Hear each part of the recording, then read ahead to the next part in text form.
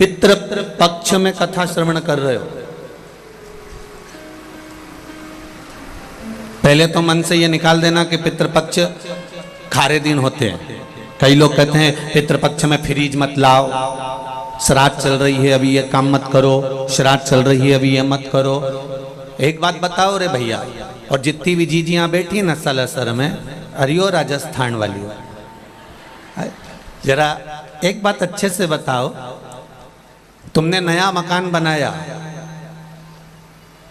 और तुम्हारे बुजुर्ग माता पिता के सामने उस मकान में तुम प्रवेश कर जाओगे तो माता पिता खुश होंगे कि दुखी होंगे? जम के बोलो जरा। खुश हो। और जब वो चले गए उसके बाद तुमने मकान में प्रवेश किया, तो मकान में प्रवेश किया तो प्रवेश करने पर बहुएं क्या बोलेंगे? अगर मम्मी होती ना तो बहुत अच्छा लगता, उनको पापा होते ना तो बहुत अच्छा लगता, भाई जी आते ना और भैया जी होते तो बड़ा आनंद आता, उनको बड़ी प्रसन्नता होती। क्यों? क्योंकि वो होते और उनके सामने हम प्रवेश करते तो उसका एक आनंद दूसरा होता, उसका एक उमंग दूसरी होती, उसका एक रसतत्व दूसरा होता। पर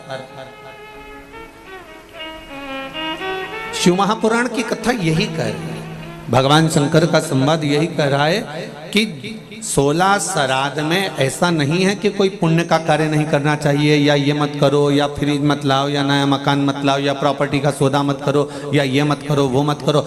अगर कोई महाराज जी आपको मना कर रहे हैं और कह रहे हैं कि श्राद्ध पक्ष में ये नहीं करना चाहिए वो नहीं करना चाहिए, तो उनको समझा दो, अगर पितृ हमारे पूर्वज हैं, अगर हमने कोई सौदा करा है, हम कोई सामग्री लेकर आए हैं, कोई पुण्य का कार्य कर रहे हैं, कोई अच्छा कार्य कर रहे हैं और हमारे पितृ हैं, तो ये निश्चित है कि 16 श्राद्ध में हम कोई कार्य करेंगे तो हमारे पूर्वज बड़े खुश होकर हमको आशीर्वाद प्रदान करेंगे।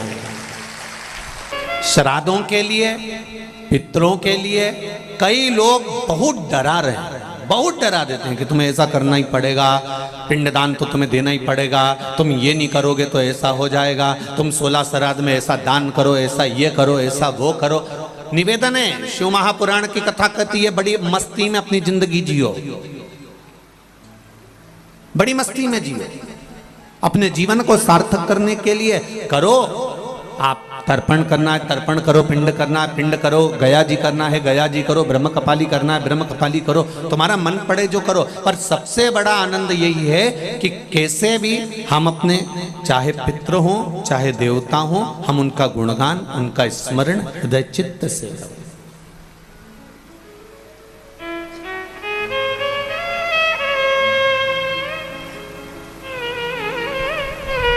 खूब करो। मृत्युलोक, और मृत्युलोक के ठीक ऊपर है पितृलोक,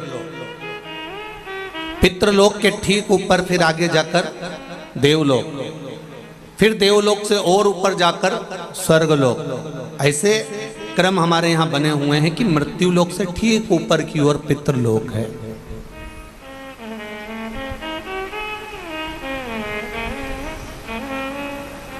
स्वयं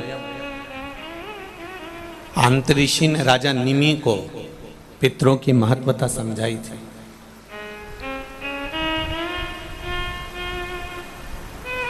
और शिव महापुराण का श्री बालाजी, श्री हनुमान जी, श्री हनुमत शिव महापुराण की जो कथा 5 दिवसीय चल रही है, इसमें एक स्मरण करिएगा।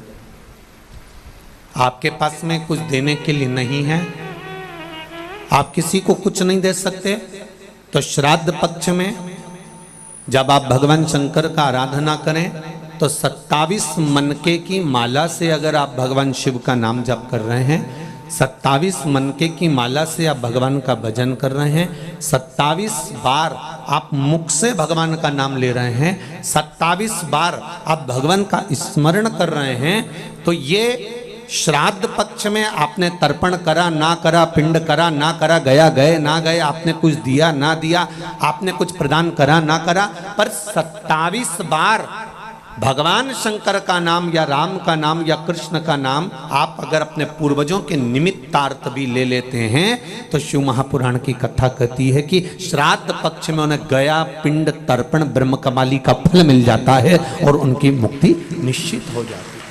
कितनी बार जपना है? केवल 27। केवल 27, उससे ज्यादा कुछ। और यदि 27 बार आप भगवान का नाम नहीं भी जप सकते और आपको लग रहा है कि पितृ दोष के 4 लक्षण आपके पास में, पितृदोष के 4 लक्षण बड़े होते हैं। पहला, घर में एक ना एक बीमार पड़ा रहता है, एक ठीक होगा एक बीमार होगा, एक ठीक होगा एक बीमार होगा, ये पितृदोष का लक्षण। दूसरा, 1 रुपये कमाया 1.25 रुपये खर्च हो रहा है, कहीं ना कहीं पैसा आके रखाता है और 2-3 दिन में पैसा चले जाता है, साथ में रखा हुआ भी धन जा रहा है, पितृदोष का लक्षण है। तीसरा, घर में जितने सदस्य हैं आपस में किसी ना किसी बात के पीछे उनमें क्लेश बना रहता है, मन मुटाव बना रहता है, थोड़ी थोड़ी बात में कुछ ना कुछ क्लेश हो जाता है। पांचवा, घर के बच्चे चिड़चिड़ प्रवृत्ति के होते जा रहे हैं। तो ये 4 लक्षण पितृदोष के बताए हैं। इन पितृदोष का निवारण आप गया जी चले जाएं, ब्रह्म कपाली करा लें या तर्पण दे दें या पिंड दे दें, उससे अधिक फल। शिव महापुराण की कथा कहती है, आप शंकर भगवान के मंदिर में जब 1 लोटा जल लेकर जाते हैं, शिव जी को 1 लोटा जल जब समर्पित करते हैं, तो उस जल को धीरे धीरे 27 बार आप पंचाक्षर मंत्र, षडाक्षर मंत्र या श्री शिवाय नमस्तुभ्यम बोलकर अपने पूर्वजों का स्मरण कर कर, जो 16 दिन उस एक ही कलश, बार बार 27 बार कलश नहीं भरना है, जो लोटा भरकर लेकर गए हो, कलश भरकर लेकर गए हो, उसी को 27 बार आपको केवल शिव जी पर गिराना है। जो 27 बार जल एक ही कलश का समर्पित कर देता है, उसके पूर्वजों को तुरंत मुक्ति फल प्राप्त हो जाता है, उसको फिर तर्पण आदि की जरूरत नहीं पड़ती। जल तो रोज चढ़ाते हो ना आप लोग, रोज जाते हो ना, सारी समस्या का हल 1 लोटा जल। आप अगर शिव जी के मंदिर रोज जा रहे हो, शंकर जी के मंदिर रोज जा रहे हो, प्रतिदिन जल चढ़ाने जा रहे हो, तो थोड़ा सा नियम चेंज करेंगे अपन। 16 दिन अगर हम शंकर भगवान को जल चढ़ा रहे हैं, आप कहेंगे गुरुजी अभी तो हमारे 2-3 दिन निकल गए, कोई बात नहीं, जब जागे तब सवेरा। कोई जरूरी है कि वो पीछे के 2-3 दिन निकल गए तो हम कैसे नहीं, आप कल से प्रारंभ कर दो कि शिव जी के मंदिर में जब जल चढ़ाने जाओ तो जल को 27 बार धीरे धीरे कर कर चढ़ाना प्रारंभ करिए। 16 श्राद्ध पूरे होंगे, नवरात्रि आएगी, दीपावली आएगी, और नवरात्रि से और दिवाली के बीच में आपको खुद ये फल प्राप्त हो जाएगा कि आपने 27 बार जो जल चढ़ाया है उसका फल मिला कि नहीं मिला, आपको मिला कि नहीं मिला, घर में शांति हुई कि नहीं हुई, घर में आनंद आया कि नहीं आया, संपदा बढ़ी कि नहीं बढ़ी, वैभव आया कि नहीं आया। केवल 16 दिन पूर्ण हुए, नवरात्रे और दिवाली के बीच का समय आप अंदाजा लगाकर बैठ जाए। भोला सब दुख काटो मारा, ओ भोला सब दुख काटो मारा, शिव शंकर जपूं तेरी माला, भोले बाबा जपूं तेरी माला, भोला सब दुख काटो मारा, ओ भोला सब दुख काटो मारा। भगवान की शरणागति का सुख क्या होता है, भगवान की शरणागति का फल क्या होता है। महाराज, एक पक्षी सागर के तट पर, समुद्र के तट पर थोड़ी देर का सत्संग करता है, भजन करता है, कीर्तन करता है किसी संत की शरणागति में बैठकर, तो वो सागर पार जो माता सीता लंका में बैठी है उनको देख लेता है।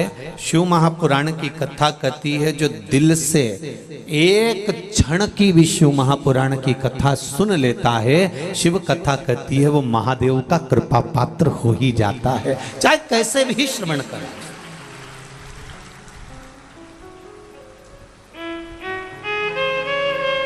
आप दिल से बस उसको स्मरण करो। 27 बार नाम ले लो या 27 बार जल समर्पित कर लो, या 27 मनके की माला से स्मरण कर लो।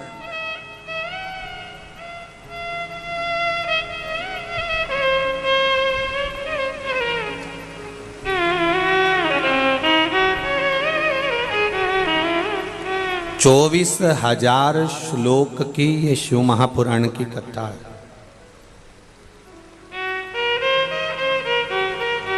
जिसने दिल से सुनी है, ये पत्र अभी हमने इतने सारे तो पढ़े नहीं हैं, पर थोड़े जो इधर पढ़े हैं देखिए,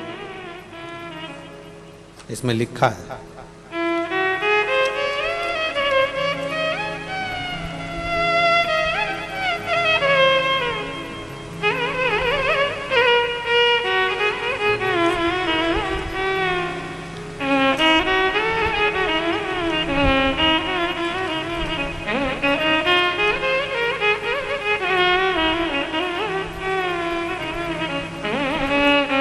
गुरुजी, मेरा नाम सुदेश कंवर है। मैं गांव गोगामेणी, तहसील भादरा, जिला हनुमानगढ़ से हूँ। कहीं बैठी हो तो हाथ हिलाइएगा। आप ही हैं? गुरुदेव, मेरी शादी को 18 साल हो गए थे। बाबा की कृपा, आपने कहा था गुरुदेव कि लॉकडाउन में आपने एक बात कही कथा में, मैंने डॉक्टर को 18 साल में खूब दिखाया। 12 साल की एक बेटी मेरी पहले की थी, उसके बाद में मेरे यहाँ कोई 12 साल के बाद कोई संतान नहीं हुई। डॉक्टर ने मना कर दिया था कि अब संतान का सुख नहीं है। घर में पुत्र हो ये भाव मन में लिया गुरुदेव। और एक बार आपकी कथा थोड़ी सी सुनी। आपने सफेद आंकड़े की जड़ का प्रयोग बताया था, लेकिन हमें लॉकडाउन में बाहर नहीं निकलने दिया और हम वो सफेद आंकड़े की जड़ नहीं ले पाए। तो हमने जिस फोन पर आपकी कथा सुन रहे थे उसी को आदर्श मानकर 10 फरवरी 2021 को बाबा की कृपा से हमने जिस फोन पर आदर्श मानकर यही विचार करा कि बाबा अगर आप सच्चे हो और शिव महापुराण की कथा यदि हमने श्रवण करी है तो हमारी गोद भर देना बाबा। और बाबा की कृपा से 10 फरवरी 2021 को हमारे यहाँ पुत्र रत्न की प्राप्ति हुई है। ले आओ, जल्दी लाओ।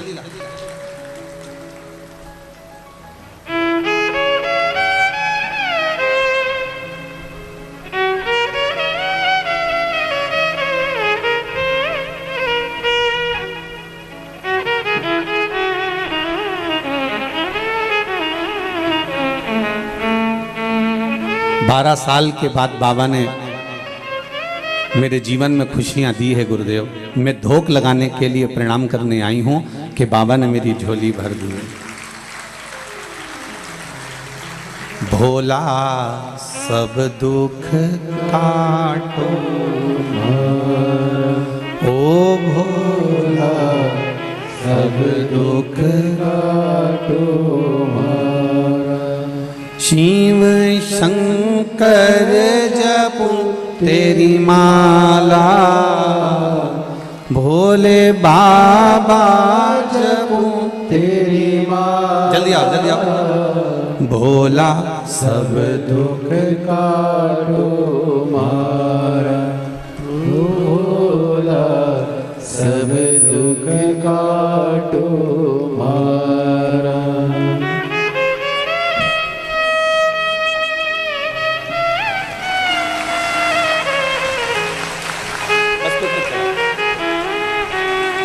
जोरदार ताली बजाइए शिव शंकर के प्रसाद के लिए।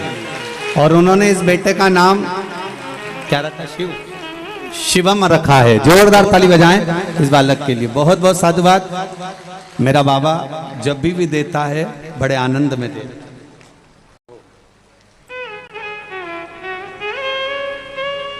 शंभु, एक पत्र और बड़ा सुंदर आया, देखिए।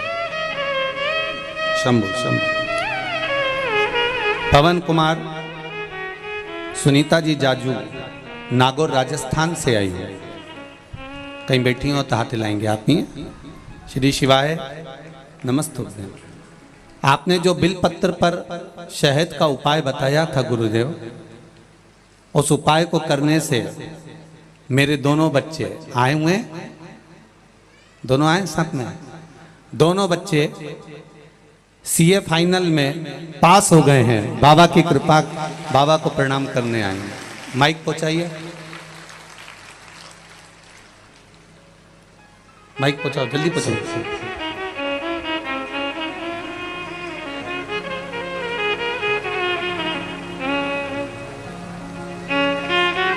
हाँ बढ़ाते जाओ, एक दूसरे को देते जाओ। ले ली बाबू, लेकर मत जाओ, एक दूसरे को देते जाओ। हाँ देव, जल्दी बढ़ाओ।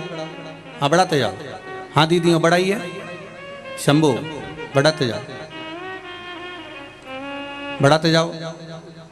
पीछे वो सीए वाले बच्चों को पहुंचाओ। हाँ देते जाओ, आगे बढ़ाओ। बाकी सब लोग बैठ जाओ, बाकी सभी लोग बैठ जाइए। श्री शिवाय नमस्ते बाबू। क्या नाम है आपका? शुभम। शुभम जी। श्री शिवाय नमस्ते। श्री शिवाय नमस्ते। पहले तो आपको बहुत बहुत बधाई बाबू, धन्यवाद दोनों को, कि आप दोनों बहन भाई बड़े आनंद के साथ में, दोनों को बहुत बहुत साधु था, बड़े बड़े आनंद के साथ में कि आप सीए बने। कौन सा वाला उपाय करा था आपने?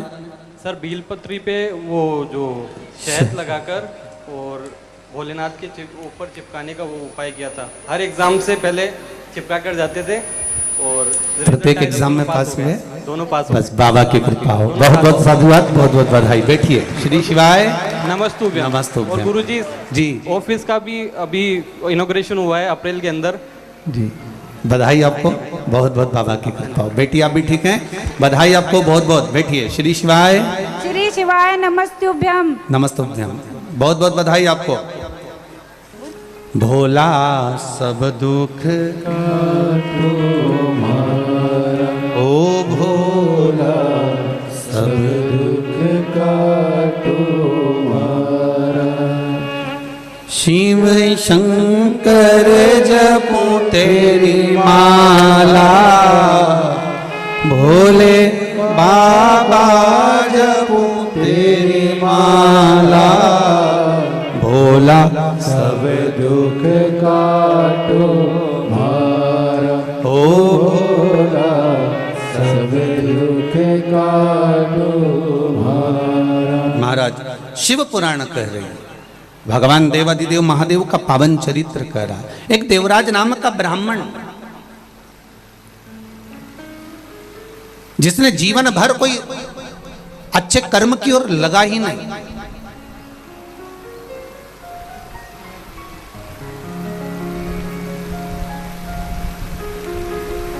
बड़ा सुंदर बात है संत श्री रविदास जी की।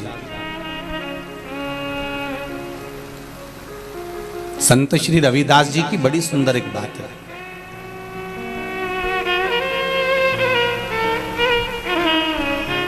संत श्री रविदास जी महाराज कहते हैं, कोई जात से नीचा नहीं होता।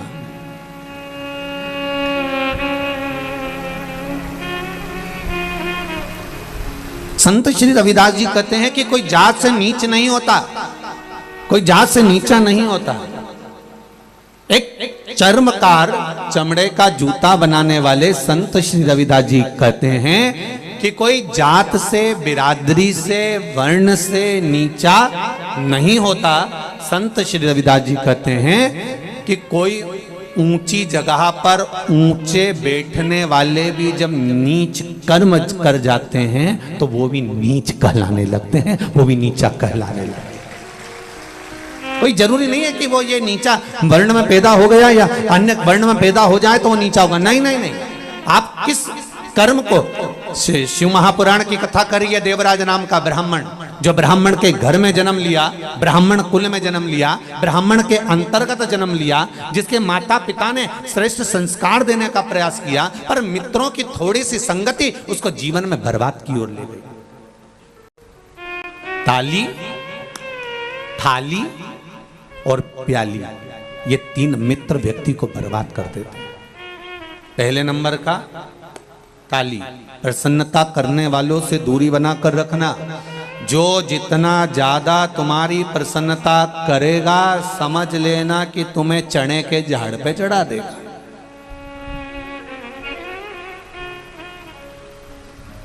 सुन लो री राजस्थान वाली जी जी, अच्छे से सुनो। कोई प्रसन्नता करे और अपन वहां से बढ़ लो, तुरंत बोल दो हर हर महादेव, श्री शिवाय नमस्तुभ्यम। भैया हम तो जा रहे हैं, अब हमारे बस की बात नहीं, क्योंकि तुम ज्यादा प्रसन्नता करो तो सुनना नहीं अपने को, अपन को चल देना को। हो सके अहंकार आ जाए तो, अभिमान प्रकट हो जाए तो, जरा से में काम बिगड़ जाए तो, नहीं नहीं नहीं सुनना बिल्कुल, अपन तो चल दो, बस हो गया। हो राम जी हो, चलो।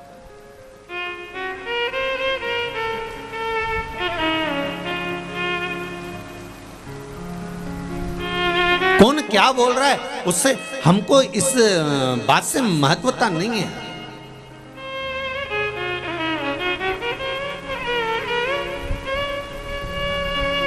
कल परम पूज्य 1008 संत शिरोमणि श्री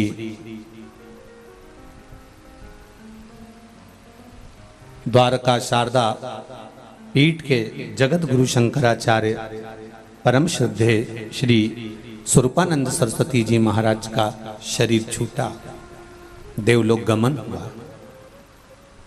ये व्यासपीठ परम पूज्य गुरुदेव जगत गुरु शंकराचार्य जी के पावन चरणारविंद को श्रद्धांजलि समर्पित करती है।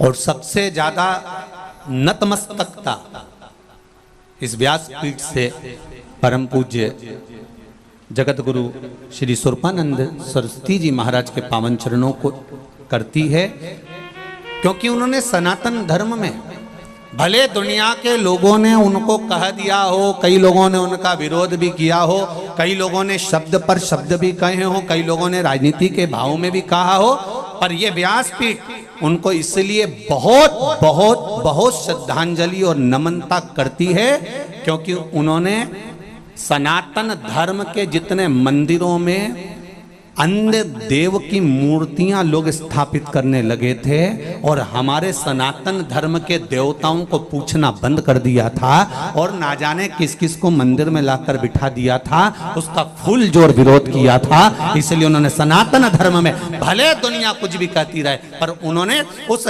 मूर्त को हटाकर अपने सनातन धर्म को पुनः जीवित किया। इसलिए यह व्यासपीठ नतमस्तक है।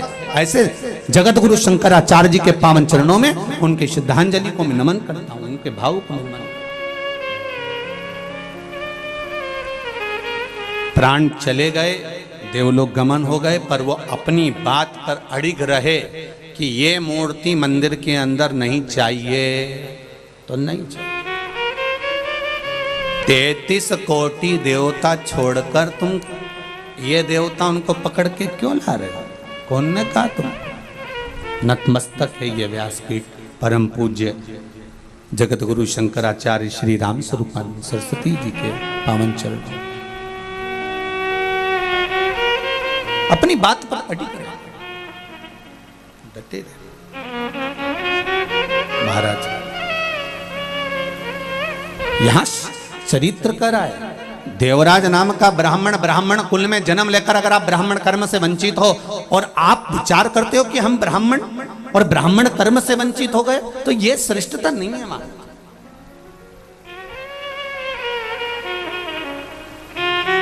कितना गौरव महसूस होना चाहिए कि आप अच्छे घर में जन्मे हो, कितना गौरव महसूस होना चाहिए कि आप अच्छे कुल में जन्मे हो, कितना गौरव महसूस होना चाहिए कि आपको भगवान की सेवा प्राप्त हुई है, कितना गौरव महसूस होना चाहिए कि भगवान ने हमारा हाथ पकड़ कर रखा है, कितना गौरव महसूस होना चाहिए कि हमारे कंधे पर यज्ञोपवीत है, कितना गौरव महसूस होना चाहिए कि हमारे मस्तक पर शिखा है, कितना गौरव महसूस होना चाहिए कि हमारे मस्तक पर तिलक है, कितना गौरव महसूस होना चाहिए कि हमारे माता पिता हमारे साथ में रह रहे हैं, कितना गौरव महसूस होना चाहिए कि हम सनातन धर्म में जुड़े हुए हैं।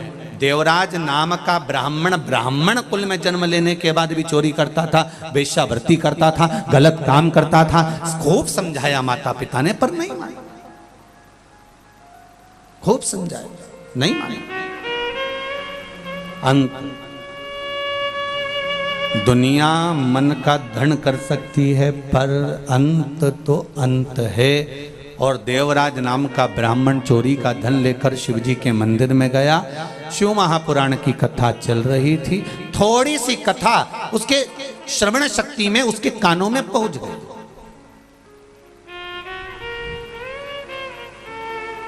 थोड़ी सी कथा,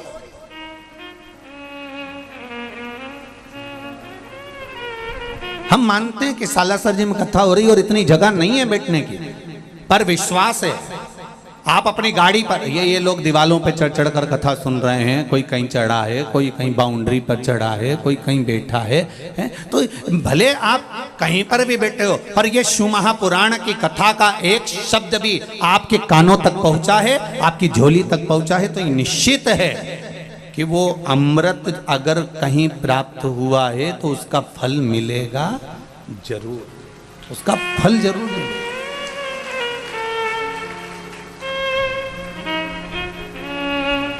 आस्था चैनल के माध्यम से, फेसबुक यूट्यूब के माध्यम से करोड़ों लोग इंतजार कर रहे थे सालासर जी की 5 दिवसीय शिव महापुराण का। करोड़ों, और आप भी जितने बैठे हो ना, सब इंतजार में थे, क्यों कब चलेगी, एक गाड़ी कर लें क्या, चलें क्या, पास में तो हो रही है, 150-200 किलोमीटर तो है, और चलेंगे भी, कथा भी सुनेंगे और बालाजी सरकार का दर्शन भी कर लेंगे। अब तो वो कहते हैं ना कि वो कहते हैं दोनों हाथ कढ़ाई में, तो हाथ तुम सबका मुंडा भी कढ़ाई में हो, तुम शायद नहीं यहाँ पहुँचे हो। सुराना परिवार अगर कथा करा रहा है तो ये जानकर जितने परिवार के लोग आए ना सुराना जी के, बड़े भाग्यशाली हो साहब, बड़े किस्मत वाले, घर जाके नजर उतर वाले ना, कहीं बाबा की कृपा हुई है, बड़े भाग्यशाली। एक तो श्राद्ध पक्ष में शिव महापुराण की कथा, ऊपर से बालाजी सरकार के चरणों में कथा, बड़े भाग्य की बात है, साधारण नहीं है साहब। और जितने लोग कथा सुन रहे हैं टीवी पर या मोबाइल पर, दिल से कहूंगा, आज कथा केवल शिव पुराण आपके घर पर नहीं पहुंच रही है, ये निश्चित है, केवल शिव पुराण आपके घर नहीं आ रही है, आज मेरा बालाजी सरकार भी आपके घर में प्रवेश कर रहा है, ये निश्चित है, ये निश्चित। पवन तनय संकट हरन मंगल मूर्ति रूप, राम लखन सीता सहित हृदय बसऊ सुर रूप। ये शिव कृपा है, ये उसकी कृपा बिना नहीं मिला है उससे। देवराज के कानों में थोड़ी सी शिव महापुराण की कथा चली गई और कथा श्रवण कर कर देवराज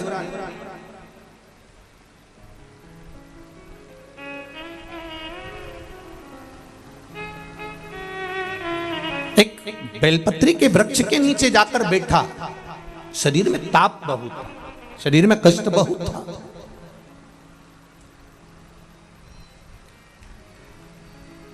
प्राण जाने का समय आया, भगवान शंकर के गण वहां खड़े हुए थे। पहले आए थे यमदूत, फिर आ गए शिव के गण। होता है ऐसा। एक सेठ जी थे, उनके पास में बहुत धन था, भजन भी बहुत करते थे, कीर्तन भी बहुत करते, मंत्र जाप भी बहुत करते, स्मरण भी करते, नाम जाप भी करते, खूब दान करते, पुण्य करते, संकीर्तन करते, भजन करते, मंत्र जाप करते। बड़ा दानी थे सेठ जी, बड़े दानी।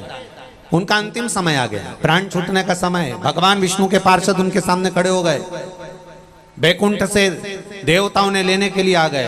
तो उन्होंने तुरंत बैकुंठ के देवताओं को देखा और देखकर पूछा, तुम कौन हो? तो क्या तुम्हारा अंतिम समय आ गया, हम तुम्हें लेने के लिए आए। ओहो, मैं चलने के लिए तैयार हूं, पर मेरे पास में दौलत बहुत सारी है, बहुत पैसा, अपार धन तो मेरी अलमारी में पड़ा हुआ है, बैंक में पड़ा हुआ है, तिजोरी में पड़ा हुआ है, ढेर संपदा, सोना चांदी हीरा पन्ना रकम सब कुछ मेरे पास में ढेरों में भरा हुआ है। तो इतने में सेठ जी ने कहा, मुझे कुछ ऐसी कृपा कर दो, मैंने जिंदगी भर खूब दान पुण्य भजन कीर्तन खूब करा, पर धन कमा कमा कर एकत्रित करा, पर अपने ऊपर खर्च नहीं करा। एक मौका दे दो बस मुझे अपने ऊपर खर्च करने का। तो देवताओं ने जाकर भगवान विष्णु से कहा, प्रभु क्या करें? भगवान ने कहा, दे दो, 1 साल और दे दो। चलो ठीक है, करने दो इसको खर्च। अब 1 साल सेठ जी को जो मिला, उन्होंने उसमें खर्च किया पर सही जगह खर्च नहीं कर पाया। वैश्यावृत्ति में, जुए में, मदिरापान में, मांसाहार में, गलत गलत काम में उसको खर्च किया। अब फिर 1 साल बाद मरने का समय आया। अब की बार बैकुंठ के पार्षद नहीं आए, अब की बार यम के दूत उनको लेने के लिए, बड़े बड़े दांत, भयंकर स्वरूप, काला स्वरूप, भयंकर।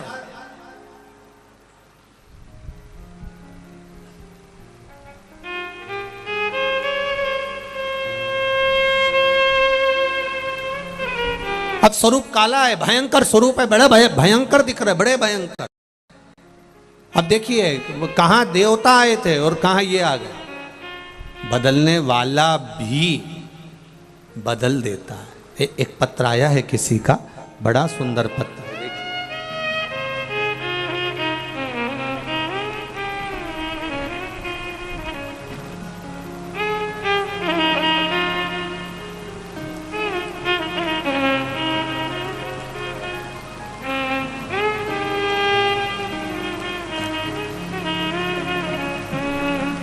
सुनीता गोस्वामी,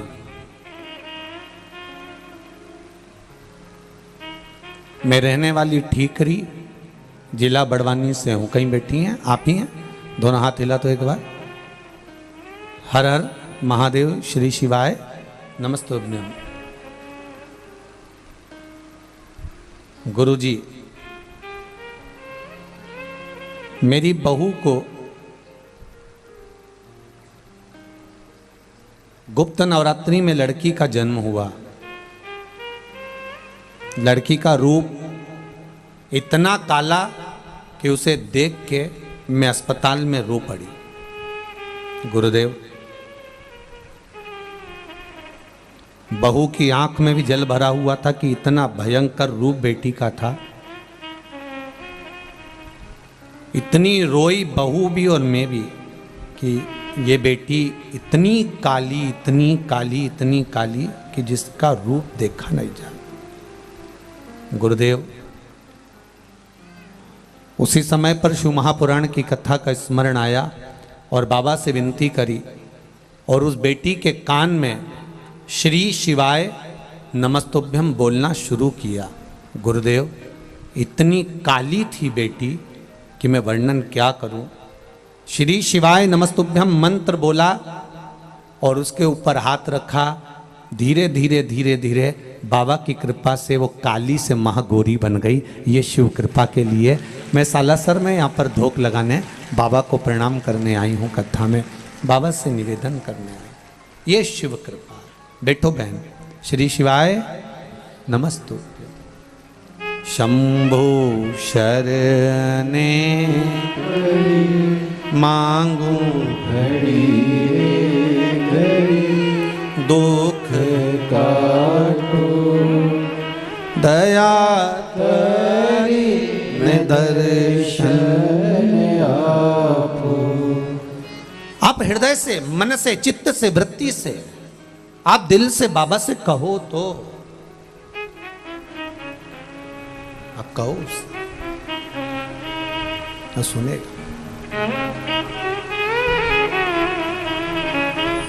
कबहू चूके ना कबहू, भगवान देव अधिदेव महादेव की कथा कहती है। कबहू चूके ना कोई तेरा काम रे, भजले गौरापति को। अब दिल से, हृदय से, मन से अगर भगवान को रिझा रहे हो तो ये निश्चित है कि वो सुनेगा जरूर। सुनेगा। सालासर धाम में कथा चल रही है। आप बाबा से, शंभू से, मेरे शंकर से दिल से कहें श्री शिवाय नमस्तुभ्यम। अपनी जगह पर बैठकर भाव से, हृदय से, दिल से कहें श्री शिवाय नमस्तुभ्यम। श्री शिवाय नमस्तुभ्यम। श्री शिवाय नमस्तुभ्यं श्री शिवाय नमस्तुभ्यं श्री शिवाय नमस्तुभ्यं भोला सब दुख काटो हमारा, ओ भोला सब दुख काटो हमारा। शिव शंकर जपो तेरी माला, भोले बाबा जपो तेरी माला, भोला सब दुख काटो हमारा, ओ भोला सब दुख काटो हमारा। भगवान शिव से निवेदन भाव से, दिल से, हृदय से सुनेगा वो, ये निश्चित है। महाराज देवराज नामक का ब्राह्मण गलत कर्म करा पर उसकी माता का फल उस बेटे को मिला। मेरी माताओं, दीदियों, भाई, एक निवेदन करना चाहूंगा, आपके एक लोटा जल जो आप शिव जी को चढ़ा रहे हो, इसका फल कहीं ना कहीं तुम्हारे परिवार को प्राप्त जरूर होगा, ये निश्चित है, खाली नहीं जा सकता,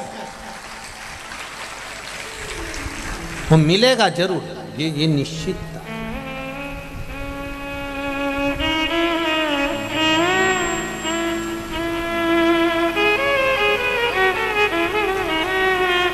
खेत में एक बीज डाल दिया आपने, एक बीज बो दिया आपने, और खेत में अगर एक बीज बो दिया है, डाल दिया,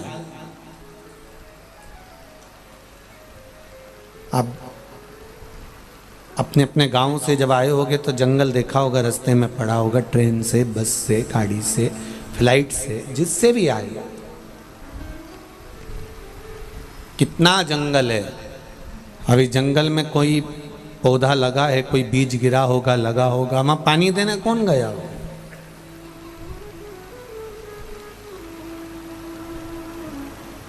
ना तो वहां कोई खाद देने गया, ना वहां कोई पानी देने गया, और ना वहां पर कोई उस पौधे को संभालने के लिए गया, तो भी वो पौधा लगा कि नहीं लगा।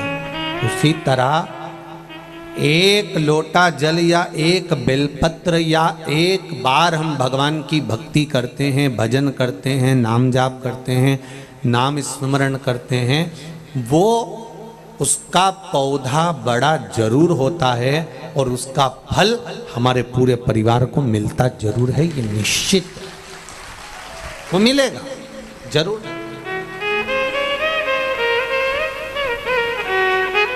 प्राप्त जरूर है। पितृपक्ष में कथा सुन रहे हो,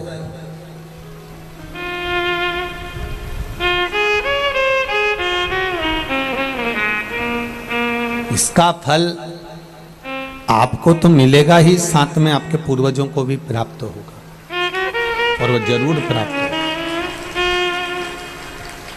मिलेगा जरूर, वो निश्चित है।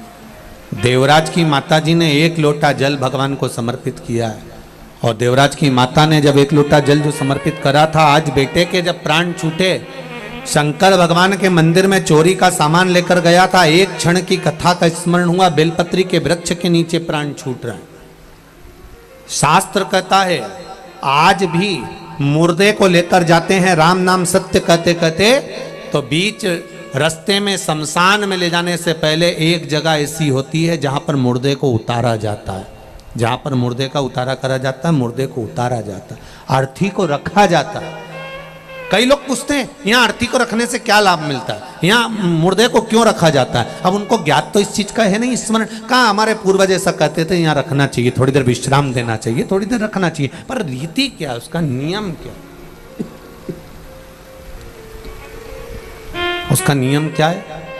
उसका नियम है कि देवराज नाम का ब्राह्मण बेलपत्री के वृक्ष के नीचे अपने प्राणों को त्यागा था, इसलिए उसको भगवान शंकर का धाम मिल गया था। मुर्दे को आज भी ले जाते समय बेलपत्री का वृक्ष तब होता नहीं तो कोई भी पेड़ के नीचे उसको रख देते हैं, पर नियम है बेलपत्री के वृक्ष के नीचे से अगर मुर्दा निकल कर भी गया है और उस पर बेलपत्री के वृक्ष की छांव पड़ी है तो वो कितना बड़ा भी पापी क्यों ना हो, वो परमात्मा के धाम चले ही जाता है।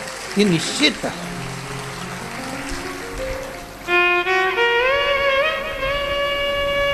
निश्चितता।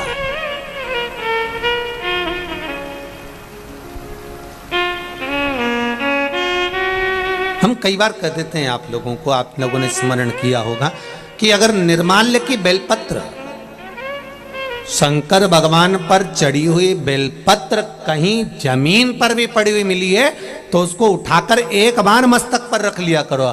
कौटी कौटी पाप ढेर पड़े हुए होंगे हमारे जीवन के, ऐसा कोई व्यक्ति नहीं जिससे पाप नहीं होता। श्री ऋषभदेव जी महाराज का चरित्र आता है, अहिंसा परमो धर्म को बताते हैं, और ऋषभदेव जी महाराज कहते हैं हर व्यक्ति से पाप होता है, चाहे वो संसार का कोई मनुष्य हो।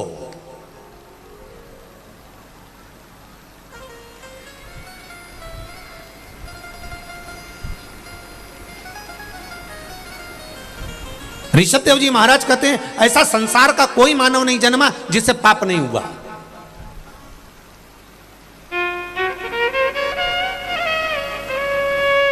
अहिंसा परमो धर्म की लेखनी ऋषभदेव जी महाराज वर्णन करते। किसी ने पूछा ऋषभदेव जी महाराज जी से, हर व्यक्ति पापी है? हाँ। चाहे कोई हो? हाँ। तो ऋषभदेव जी से पूछा गया, क्या संसार में जन्म लेने वाला मानव, चाहे संत साधु सन्यासी तपस्वी साधक उपासक चाहे जो हो, अगर मृत्यु लोक में जन्म लिया है तो उससे पाप हुआ है? क्या क्या पाप हुआ, कितने स्थान पर उसने पाप किया? तो कहा, पहला, झाड़ू लगाते समय जीव मर जाता है, उसका पाप माथे चढ़ जाता है। दूसरा, अग्नि जलाते समय छोटे छोटे पतंगे जल जाते हैं, उसका पाप माथे चढ़ जाता है। तीसरा, स्नान करते समय, वस्त्र धोते समय, बर्तन धोते समय पानी में छोटे छोटे जीव मर जाते हैं, उसका पाप माथे चढ़ जाता है। चौथा, हम चलकर कहीं पर भी जाते हैं, हमारे पांव के नीचे छोटे छोटे जीव मर जाते हैं, उसका पाप माथे चढ़ जाता है। तो ऋषभदेव जी महाराज जी से पूछा, जब प्रत्येक जीव से, प्रत्येक मनुष्य से, संसार में जन्म लेने वाले मानव से इन 4 स्थान पर अगर पाप होता है तो फिर मनुष्य क्या करे, इस पाप को समाप्त कहां कर सकता है? तो ऋषभदेव जी महाराज जी ने लिख दिया, सत्संग में जाकर बैठ जाइए, सत्संग में जाकर बैठ जाइए, भगवान की भक्ति में जाकर बैठ जाइए, पाप जलकर भस्म हो जाएगा। पाप की समाप्ति भगवत स्मरण है, पाप की समाप्ति सत्संग है, पाप की समाप्ति भगवान का स्मरण, भगवान का मंत्र जाप, नाम जाप, कीर्तन, मंत्र स्मरण। अब करो परमात्मा का भजन।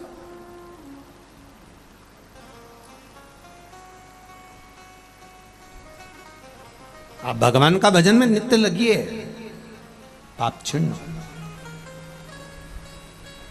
जब अदालत में पेशी कर कर कर थक जाते हो तब वकील कहता है राजीनामा, अरे बोलो जम के बोलो, राजीनामा कर लो। तो अक्कड़ मैं काय को करूं, तो क्या और चलने दो, और पेशियां चली, थक गए। तब वकील ने फिर कहा राजीनामा कर लो। मैं काय को करूं, मैंने इतने बड़े बड़े वकील कर रखे। फिर पैसी पे पैसी चली, एक अदालत से काम छूटा दूसरी अदालत में पहुंच गए, फिर पैसी। फिर वकील ने कहा जम के बोलो राजीनामा कर लो। वकील कोई मूर्ख नहीं होते, वकील भी अक्ल वाले होते हैं। और एक बात वकील हमेशा कहता है कि जिंदगी में अगर वकीलों से सीखना है तो वो आपको समझाकर एक बार जरूर कहेगा कि एक बार अच्छे से विचार कर लो, राजीनामा कर लो। ये हर वकील कहता है। हाँ, जिसको ज्यादा खाना हो तो भले नहीं कहेगा क्या करना राजीनामा करके, अभी तो चलने दो केस, चलने दो केस, चलने दो केस, चलने। पर जो चतुर वकील होगा, विद्वान होगा, ज्ञानवान होगा, जो चाहेगा आपका हित, तो वो कह देगा कुछ नहीं, राजीनामा करो और अपनी जिंदगी खुश होकर जियो। जब तक केस चलेगा तब तक तू डिप्रेशन में रहेगा। सही है कि गलत है? छोटा सा भी अगर अदालत में केस चलता है, प्रॉपर्टी का, संबंध का, रिश्तों का, धन का, दौलत का, आदि का आदि गलत गलत कार्य का अगर केस चल रहा है, तो तुम रात को सही से सो नहीं सकते। आधी रात को एकदम याद आ गई तो उठ के बैठ जाओ। सेल टैक्स, इनकम टैक्स आदि के जीएसटी वीएसटी, जरा सा बस जरा सा याद आ गया, वो फाइल तो रह गई तुरंत। अब पत्नी भी कह रही है क्यों उठ के बैठे हो, सो क्यों नहीं जाते? चलिए देखिए, छोटा सा रबड़, देखा है रबड़? छोटा सा नोट की गड्डी में लगाने वाला जो रबड़ आता है ना, छोटा सा, उस रबड़ को एक बार लपेट लो, दूसरी बार लपेट लो, तीसरी बार अगर खींचा तो बोलो बोलो जम के बोलो, टूट गया। अब इतने छोटे से नोट की गड्डी में लगाने वाले रबड़ को तुम मिठाई के डब्बे में लगा सकते हो क्या? 2 बार? नहीं, टूट जाएगा। बड़े डब्बे में लगा सकते हो? नहीं, टूट जाएगा। उसी तरह ये चित्त, ये वृत्ति, ये मन वो रबड़ है जिसको हमें परमात्मा के चरणों में लगाना चाहिए, पर हम इसको नोट की गड्डी में और डब्बों में लगा रहे हैं, इसलिए ये रबड़ जल्दी टूट जाता है, बहुत जल्दी। इस रबड़ को सही जगह लगाए। ज्यादा रबड़ को खींचोगे टूटेगा, दिमाग को ज्यादा 10 जगह लगाओगे। इसलिए वकील कहते हैं राजीनामा कर लो, और यह वकील नहीं कर रहे, ये हमारे हृदय में हमें बिठा कर रखना है कि जिसने जिंदगी में जन्म लेने के बाद राजीनामा करना सीख लिया, कोई भी बात हो, सब्जी बेकार बन गई, राजीनामा कर लो, कोई बात नहीं। नमक ज्यादा पड़ गया, राजीनामा कर लो। काम बिगड़ गया, राजीनामा कर लो, कोई बात नहीं। चिल्लाना नहीं, क्रोध नहीं, अभिमान नहीं, अहंकार नहीं, वासना नहीं, तृष्णा नहीं, लोभ नहीं, आसक्ति नहीं, काम नहीं, राजीनामा करना जो सीख गया तो उसका जीवन एकदम क्लीन और आनंद में हो गया। जिसकी पेशियां चलती रहती है, हर बात में जवाब देगा। उसने कुछ कहा पत्नी ने, मैं तुमसे कब से कह रही हूं, और इसने पलट के जवाब दिया, तो तू जवाब दे, अगली पेशी उसकी देख। तुरंत वो भी तैयारी में बैठी थी, फिर उसने सुना दिया, उसने पेशी चालू करी, फिर इधर से फिर उधर से। राजीनामा करना सीख, थोड़ा सा नर्म बनना सीख। रखो, देवराज को ले गए। शिव महापुराण की कथा कहती है, अभी तक खड़े थे, देवता लेने के लिए अब आए हैं गण दूसरे। सेठ जी की कथा चल रही थी, सेठ जी दान पुण्य करे तब तक अच्छे लोग खड़े मिले थे, बेकार कर्म करा तो काले काले भयंकर भूत जैसे खड़े मिले। पूछा तुम कौन हो? लाने लेकर जाने वालों की ड्यूटी चेंज हो गई है क्या? पहले तो सुंदर लोग आए थे, अब काले काले लोग आए। कहा नहीं नहीं, ये कर्मों के अनुसार है, पहले तुम्हारे कर्म अच्छे थे इसलिए देवता आए थे, अब कर्म बिगड़ गए इसलिए यम के दूत बंदी बनाने के लिए आए। आपके कर्म अच्छे होंगे आपको अच्छा मिलेगा। यमदूत की जगह पर भगवान शंकर के गण देवराज को लेकर जा रहे थे। देवराज ने चलते चलते गणों से पूछ लिया, मैंने पुण्य कौन सा किया जो आप मुझे लेने आए हो? कहा तेरा एक पुण्य प्रबल है, तेरी माता ने 1 लोटा जल शिव जी को समर्पित करा, और तेरे प्राण जो छूटे हैं ना, तेरी बुद्धि जो गई है, तुझे बेलपत्र के वृक्ष के नीचे जो तेरी बुद्धि लेकर गई है, इससे तुझे फल की प्राप्ति।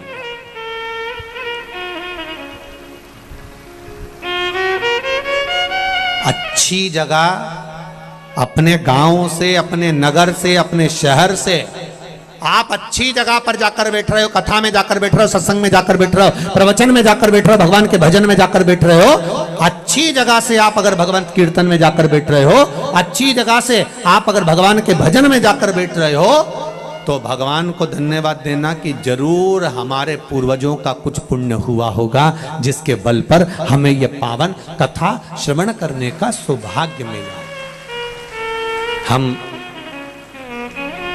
रतनलाल जी सुराना जी को तो धन्यवाद देंगे, पर इनसे ज्यादा इनके पूर्वज माता पिता स्वर्गीय जयचंद जी को, श्रीमती कमला देवी जी को, इनको साधुवाद देंगे कि उनका आशीर्वाद जो फला वो आज पुण्य के रूप में यीशु महापुराण के रूप में मिला। ये पूर्वजों की कृपा से, और वो भी श्राद्ध पक्ष।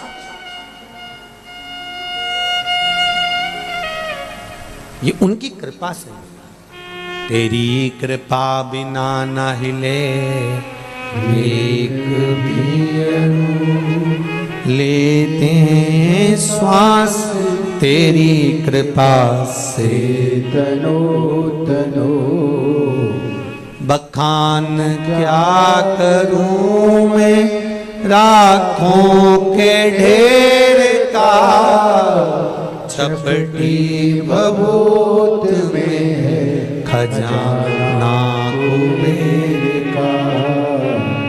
हे गंगाधार मुक्ति द्वार ओंकार तू, भोरे ओंकार तू, आयो शरण तिहारी शंभु तार तार तू। हमारे कर्म के अनुसार हमें फल की प्राप्ति।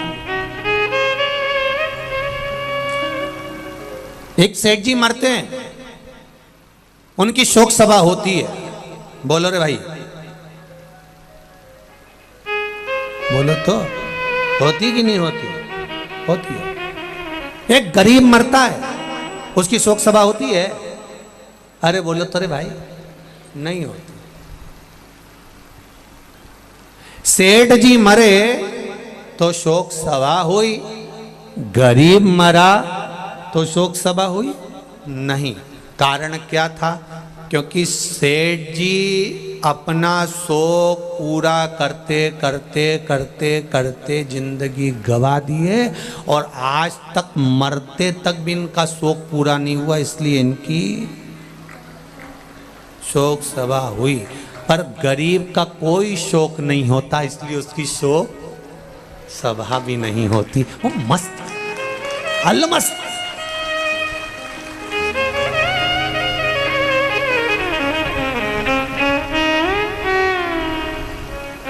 इसलिए सेठों में सेठ मारा सांवरा, बाकी डुपली है केट। जितना है वो एक ही सेठ। कौन? सांवरिया। बाकी के सब सेठ मरा, पैसे वाला मरा, धनपति मरा, करोड़पति मरा, बहुत अंबारपति मरा तो उसकी शोक सभा हो रही है, क्योंकि वो जिंदगी भर शौक पूरा नहीं कर पाया। कभी फ्रिज, कभी वॉशिंग मशीन, एक दुकान से काम नहीं हुआ दूसरी दुकान में गया, दूसरी दुकान से काम नहीं हुआ तीसरा, एक हैंडसेट हाथ में था, गड़बड़ हुआ जल्दी से बदल लिया। शौक पूरे नहीं हो रहा है, इसीलिए इनकी शोक सभा होगी। पर गरीब का कोई शौक नहीं। एक जोड़ कपड़े में माँ बेटा था, खेत में से निकल कर आया, श्री बालाजी सरकार का दर्शन करा, दर्शन करके कथा सुनी, वो कथा सुन के अपने घर आराम से चले गया। कोई मतलब नहीं उसको काम क्या मिल रहा है नहीं मिल रहा है, वो अपनी मस्ती में बैठा हुआ है, आनंद में अपनी जिंदगी खुश होकर जी रहा है, और उसको उसके कोई शौक है ही नहीं।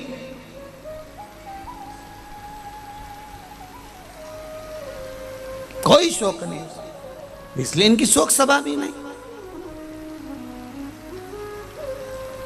तुम खुद देखो, किसी किसी दुकान पे जो नौकर काम करता और निपट गया तो उसकी शोक सभा होती क्या? और सेठ जी मारे तो शोक सभा। इनके शोक कभी पूरे नहीं हुए, इसलिए इनकी शोक सभा होना जरूरी है। कभी जिंदगी में पूरे नहीं हुए। इन्हें एक प्रॉपर्टी खरीदी, मन नहीं भराया, दूसरी से मन नहीं भराया, तीसरी से मन नहीं भराया, चौथी, और जोड़ जोड़ जोड़ जोड़ आखिरी में सब यहीं छोड़ इतना बड़ा फोटो और प्लास्टिक के फूल की माला और 2 अगरबत्ती और गुलाब की माला, थोड़े दिन तक 12-15 दिन, इससे ज़्यादा कुछ नहीं। वो मालवा के संत श्रीनागर जी महाराज नहीं कहते, तेरा तेरा दिन याद करे, क्यों रे मन सुमिरन क्यों नहीं करे। केवल 13 दिन तक ताजे फूल की माला, 2 अगरबत्ती, 1 दिया, और पूरा घर का लोग आएगा, आँख से आंसू बहाएगा, और 13वें दिन नुक्ती और बूंदी का रायता और मंगोड़ा, गुलाब जामुन, दही बड़ा और इमरती सब चकाचक खाएंगे। तू मर गया, उसके बाद भी लोग कहेंगे थोड़ी तरी वाली सब्जी दो, थोड़ी तरी वाली दो, थोड़ा रायता खट्टा हो गया, इसमें शक्कर मिला ही दो रे बाबा, थोड़ा सा खट्टा हो गया। अब बताओ, वो मर गया,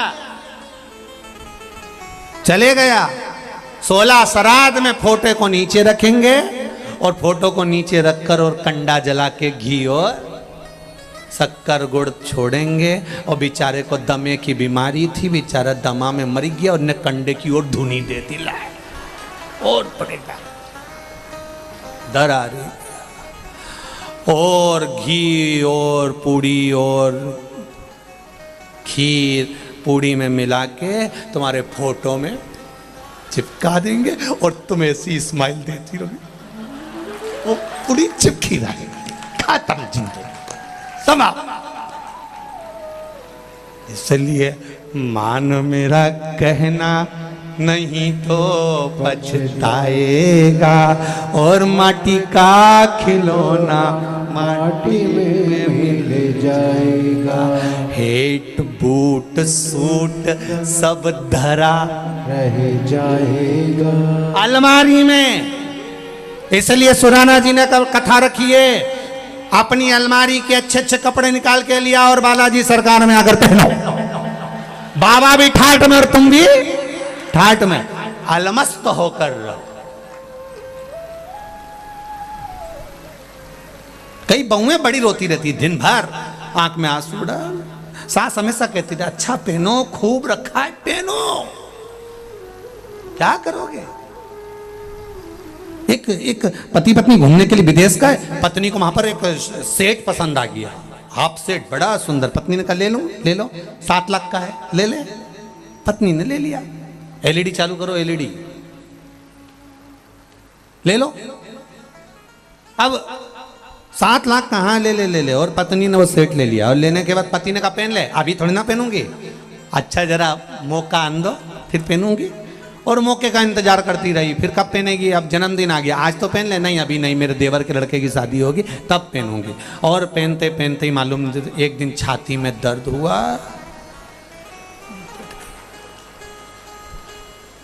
अर्थी पे बांध दिया। पति रोता रोता अंदर गया, सेट निकाल के लाया, इसको पिनाने लगा। बेस्ट फ्रेंड दोस्त कहने लगे, भाभी तो मर गई, अब क्यों पिना रहा है? मैं इसको हमेशा कहता था पहन ले, पहन ले, पहन ले। ये हमेशा कहती थी मौका आन दो, मौका आन दो, मौका आन दो। इसका तो मौका नहीं आया, और भगवान ने लगा दिया चौका। ले पड़ा। जितने लोग कथा सुन रहे हैं आस्था चैनल पर, जितने लोग कथा सुन रहे हैं फेसबुक यूट्यूब पर, और जितने कथा सुन रहे हो ये सालासर बालाजी के धाम में, तुम मौके का इंतजार मत करना रीजी, बिल्कुल। अपन तो एक से बढ़कर एक पहन लो, जो अलमारी में धरा सब निकालो, सब पहनो। कोई कहती नहीं कि नहीं साड़ी, कोई शादी ब्याह में पहनना, शादी ब्याह से पहले निपट गई तो फिर ऊपर जाऊंगी तो मेरा मन कितना दुखेगा। और यमराज से कहूंगी, मैं यमराज प्लीज मैंने वो नीली वाली नहीं पहनी, वंस मोर, एक बार फिर छोड़। यमराज के चल वापिस, कौन देगा? अरे भाई जीवन मिला, उसका सदुपयोग करिए, उस जीवन का सदुपयोग होना चाहिए। एक बिंदुक नाम का ब्राह्मण, वो भी गलत प्रति में पड़ गया था, मुक्ति नहीं हुई उसकी। 3 तरह से मरे हुए व्यक्ति को मोक्ष नहीं है। पानी में डूबकर मरा हुआ, स्त्री के हाथ से मरा हुआ, सर्प के डसे से मरा हुआ, इसकी गति नहीं होती, इसकी मुक्ति नहीं है, इसका मोक्ष नहीं है।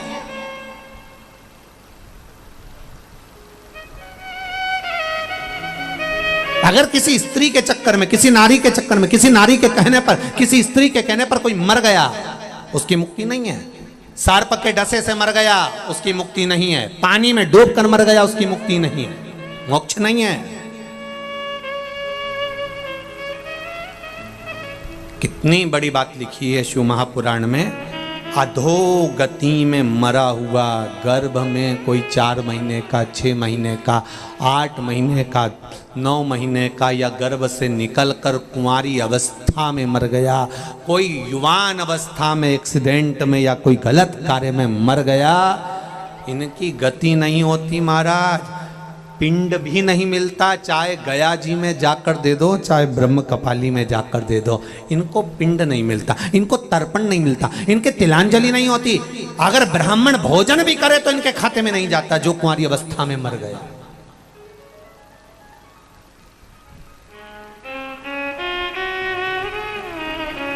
कहां मुक्ति? क्या करना है? तुमरुका जी ने चंचुला देवी से कहा, इनकी एक ही मुक्ति है, शिव महापुराण की कथा। कुछ देव मत देव। एलईडी चालू करवाइए, एलईडी। कुछ देव मत देव, कुछ देव ना देव कोई।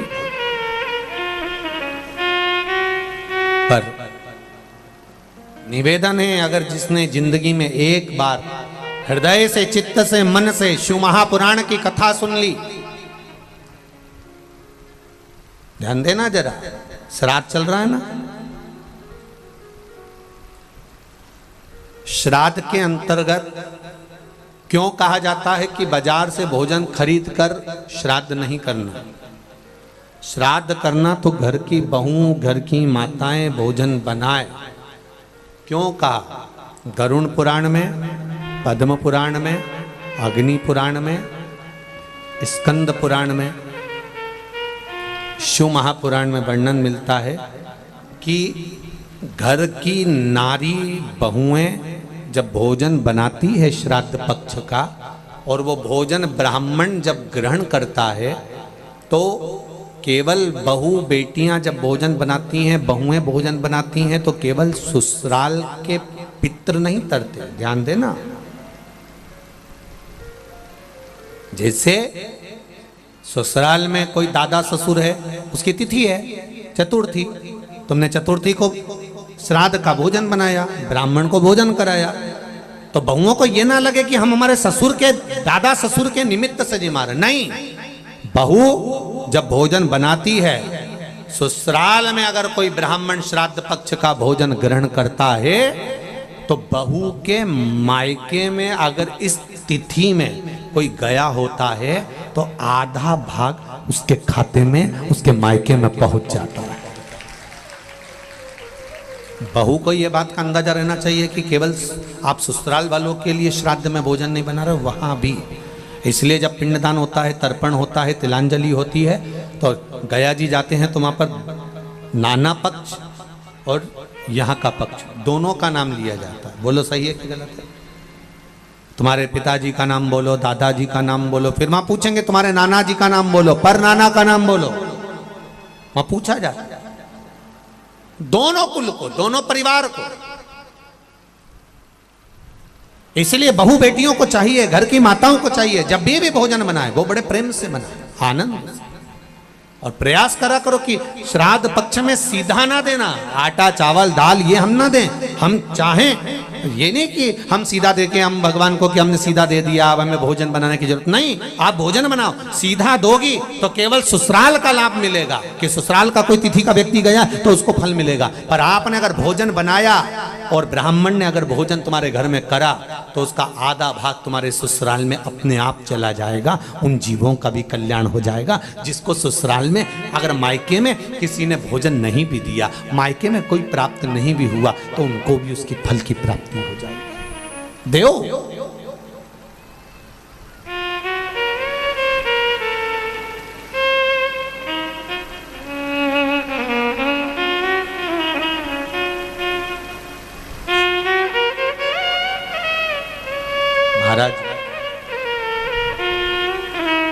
श्री शिव महापुराण की कथा कर रहे हैं।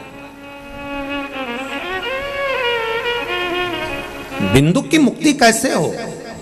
कहा चंचुला शिव महापुराण की कथा सुन। उसने कथा सुनी तो यहां पर भी संवाद आता है, जब श्री हनुमान जी महाराज की माता अंजना देवी कौन थी? पूर्व समय में एक अप्सरा पुंजिका स्थला जिसका नाम था।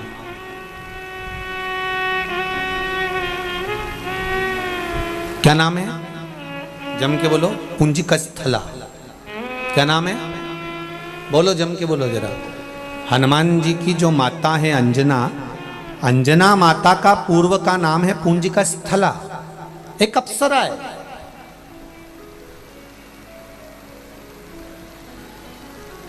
बड़ी सुंदर है। इनकी सुंदरता का बखान नहीं कर सकता कोई। अति रमणीय, अति सुंदर, बहुत सुंदर। छोटी सी अवस्था थी, छोटी सी उम्र में इन्होंने एक गलती कर दी।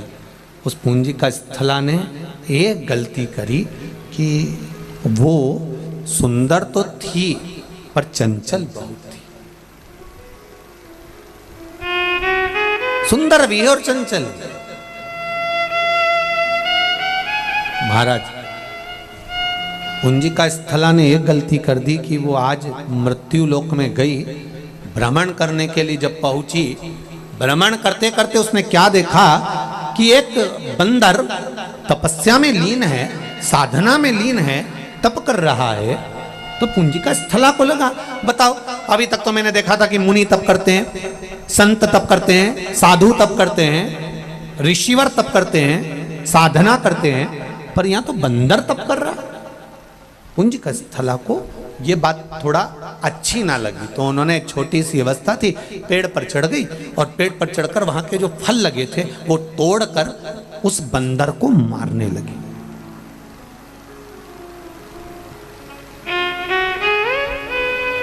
हमें स्मरण नहीं हो पाता। हमारे घर के जब छोटे बच्चे कोई गलत कार्य करते हैं तो हम बड़े खुश होते हैं कि एक छोटा बच्चा चींटा पकड़ता है ना, छोटा बच्चा जी चींटी पकड़ता है ना, तो घर की माताएं, घर के लोग बड़े खुश होते, देखो पकड़ रहा है, देखो पकड़ रहा है। उसको समझाना चाहिए, नहीं नहीं, कोई जीव की हत्या नहीं करना, कोई जीव को कष्ट नहीं देना।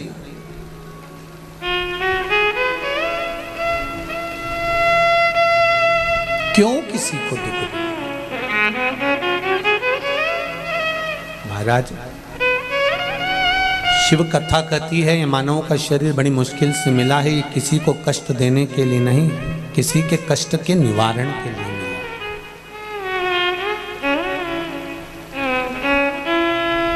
आपने शिव महापुराण की कथा में से कुछ सीख लिया कि मुझे 27 बार श्राद्ध पक्ष में शंकर भगवान को जल चढ़ाना है, या 27 मनके की माला से जाप करना है, या 27 बार मुझे मंत्र का स्मरण करना। केवल आपने सीखा और आपकी जिंदगी संवरने लगी, तो उसमें आपका फायदा है, उसमें आपका लाभ। जैसे एक पत्र आया है, देखिए,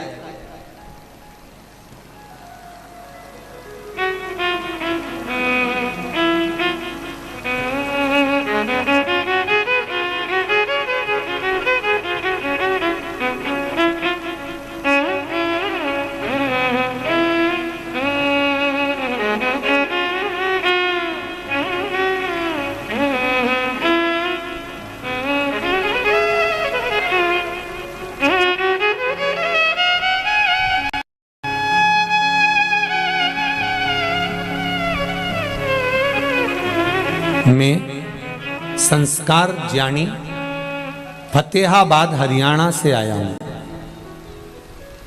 कहीं बैठे हो तो हाथ हिलाइएगा। कहीं पर विराजित हो, आप इधर हैं? हाँ, कहाँ है बाबू? हाथ हिलाइए, धीरे धीरे, आराम से, आराम से, आराम से। मैं संस्कार ज्ञानी फतेहाबाद हरियाणा से आया हूं। दिख नहीं रहे हो बाबू? थोड़ा सा आगे आएंगे आप? हमें दिख नहीं रहा है। कैमरे वाले को भले दिख गए होंगे। मेरी उम्र 12 वर्ष है गुरुजी। मैं 400 किलोमीटर दूर से आया, अपने दादा दादी व परदादा दादी के साथ बाबा की धोख लगाने आया हूँ। मैं जन्म से ही विकलांग था, मेरे दोनों पाँव से मैं चल नहीं सकता था। हरियाणा के लगभग सभी डॉक्टरों का इलाज करवा लिया था, पर मेरे पाँव से मैं चल नहीं पाता था, बेड पर पड़ा रहता था, उठ नहीं पाता था। गुरुदेव, आपकी कथा टीवी पर सुनी, एक बेलपत्र और एक लोटा जल का कमाल दिखाने आया हूँ। मैं अपने पाँव पर चलकर शिव पुराण को धोख लगाने आया हूँ।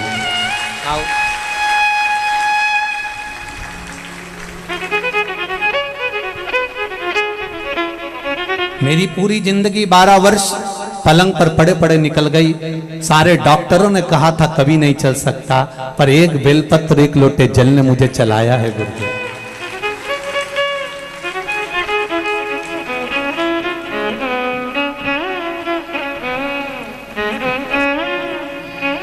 जोरदार ताली बजाएं। जो बेटा पलंग पर पड़ा रहता था, उठ नहीं पाता था, चल नहीं पाता था, आज वो चलकर सालासर बालाजी की इस कथा में शिव महापुराण में पहुंचा है। जोरदार ताली बजाकर स्वागत करें। सारी समस्या का हल एक लोटा जल। शिवाय नमस्तुभ्यं।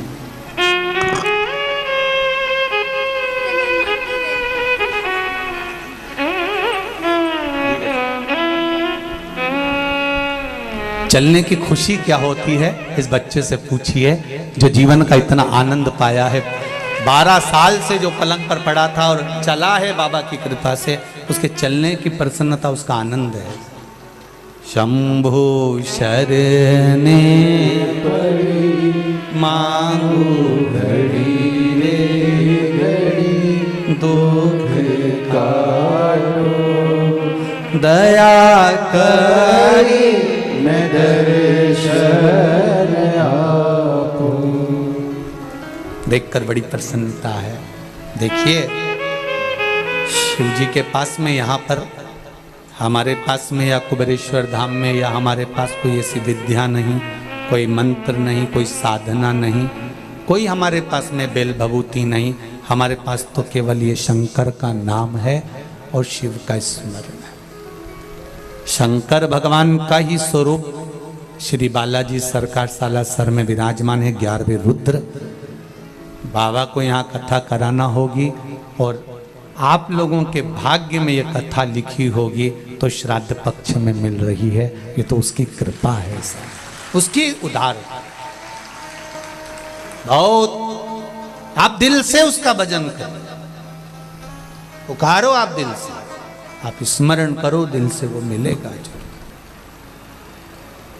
हम कुछ नहीं दे सकते आपको, ना हम बेल दे सकते हैं, ना हम आपको भभूति दे सकते हैं, ना हम आपको कोई मंत्र साधना। हम ये भी नहीं कर सकते कि आप ऐसे रहना या इतने दिन तक बैठे रहना। हम तो केवल इतना कहेंगे कि आप दिल से बाबा से कहिए, आप दिल से उसका स्मरण करिए। एक लोटा जल और एक बेलपत्र बाबा को कहकर बोल कर आना, दिल से देकर आना, दिल से कहकर आना, वो दिल से दे देगा। और आए हो बालाजी की कथा में सालासर, दिल से कथा सुनकर जाना। मेरे बालाजी सरकार से और मेरे भोलेनाथ जी से कहकर जाना, बाबा मैंने सुना है कि तू कथा सुनने वालों को देता जरूर है। मैं आई हूँ आस लेकर, 3 महीने में मेरे मन के भाव पूर्ण करना, मैं फिर कथा में पहुंच जाऊं, ऐसी कृपा देगा वो। चित्त वृत्ति में आनंद हो। हम सालासर मंदिर के पुजारी श्री मिट्ठू जी से कहते थे हमेशा कि एक बार सालासर कथा करना है, पर व्यवस्था हम लोगों के आना नहीं हो पाता, समय नहीं मिल पाता। मिट्ठू जी हमेशा कहते थे कि आप आइए, कभी योग बनेगा। और आज स्वराणा परिवार के द्वारा जो कथा हो रही है, मुझे तो लगता है कि मेरे बालाजी सरकार ने सुना होगा और यहाँ करवाया। स्वराणा जी के यहाँ से उनकी धर्मपत्नी प्रेमलता जी, उनके पास जब सूचना मिली कि गुरुजी बोल रहे हैं कि कथा वहाँ एक गांव पर या दिल्ली कराने की अपेक्षा सालासर जी कराओ, तो मैं कहूँगा कि उनके दोनों बेटों और बहुओं के चेहरे की प्रसन्नता बता रही थी कि हमारी माँ ने कह दिया कि सालासर में हो रही है, तो और खुशी की बात है। तो ये एक आनंद का विषय हो जाता है, एक आनंद की लहर हो जाती है। हाँ, इतनी व्यवस्थाएं करना बहुत कठिन। पहले दिन ही तुम इतने सारे आ गए कि हमारा तो सोचे सुराना जी आधा टेंशन है उसका। पर सुनो, जहां मौका मिल जाए रोड पर आसपास में जहां जगह मिल जाए वहां बैठकर 2 शब्द शिव महापुराण के उसके इस पावन छत्र छाया में सुन लो और उससे कह लो, कह उससे।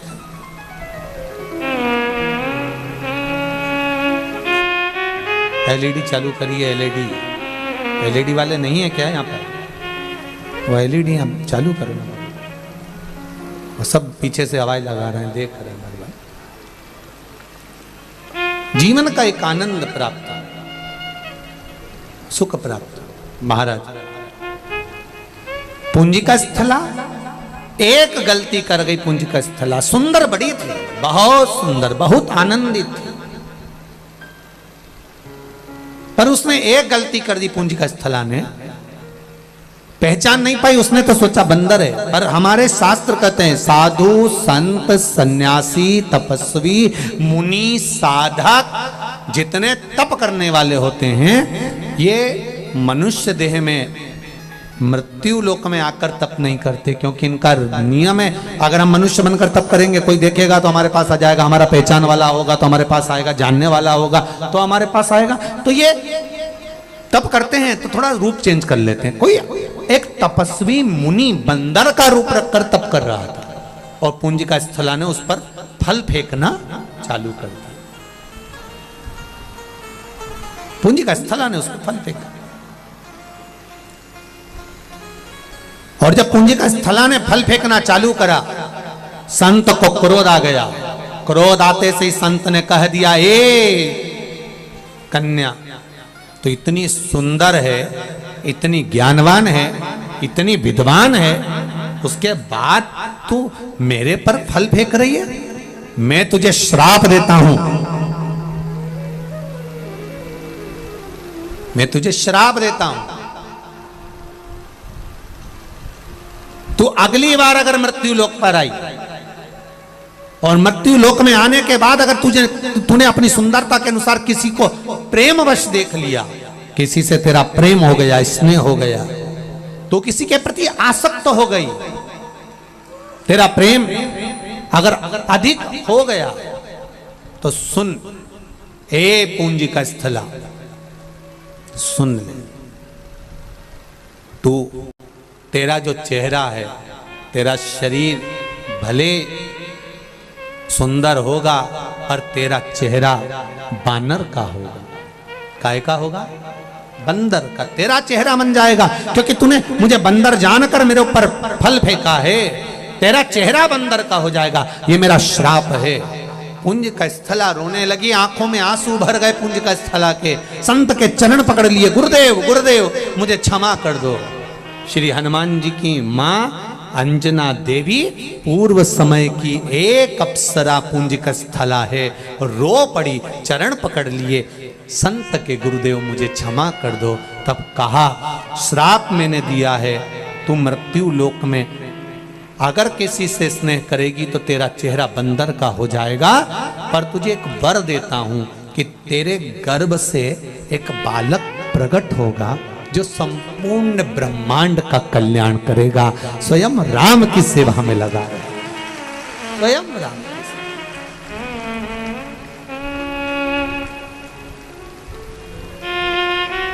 पुंजी का स्थला रोती रोती देवराज इंद्र की सभा में पहुंच गई। जब बड़ी हुई देवराज इंद्र की सभा में पहुंच गई, रो रही है। अप्सरा का काम क्या है? नृत्य करना। नृत्य करते करते पुंजी का स्थला की आंख में आंसू भरा हुआ।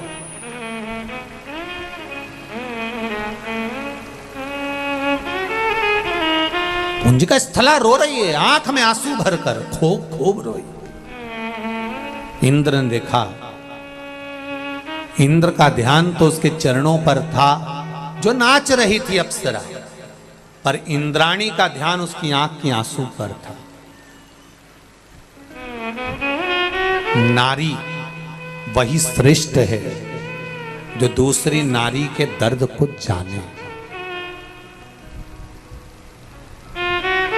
पराए दर्द को जो अपनाए, उसे इंसान कहते हैं। महाराज, जो दूसरे के दर्द को देखकर दुखी हो, दूसरे के दुख को देखकर दुखी हो, दूसरे के दुख को देखकर उसकी आंखों में भी अश्रु सा छा जाए, समझ लो कि ये श्रेष्ठ जीव है, इसकी श्रेष्ठता।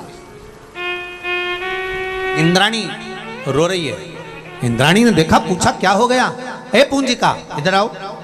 पूंजिका स्थला अप्सरा दौड़कर इंद्राणी के पास गई। क्या हो गया? मैंने बानर के ऊपर फल फेंका था और मेरे को श्राप लग गया कि मेरा चेहरा बंदर का हो जाएगा।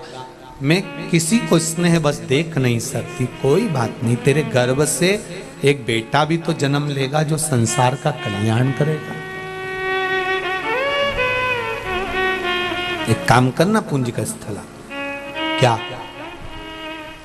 मेरा पति इंद्र स्वर्ण का शिवलिंग बनाकर पूजन करता है, तो मृत्यु लोक में जाकर बालू के शिवलिंग का निर्माण कर कर पूजन कर। जा।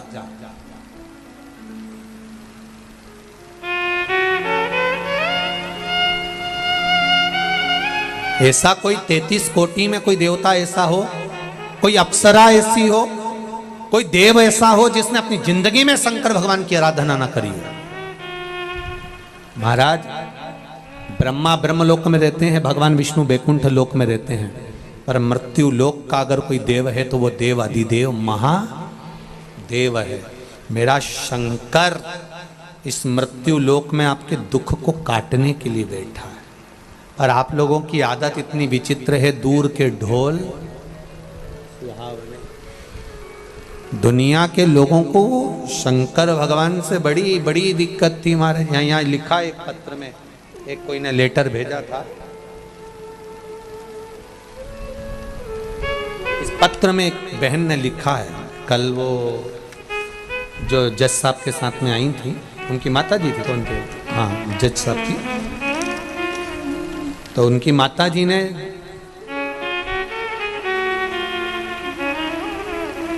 सुधा पाठक पत्नी श्री सीताराम जी, 23 विष्णुपुरी दुर्गापुरा जयपुर राजस्थान से ये पत्र। इन्होंने इस पत्र में एक बात बड़ी सुंदर लिखी है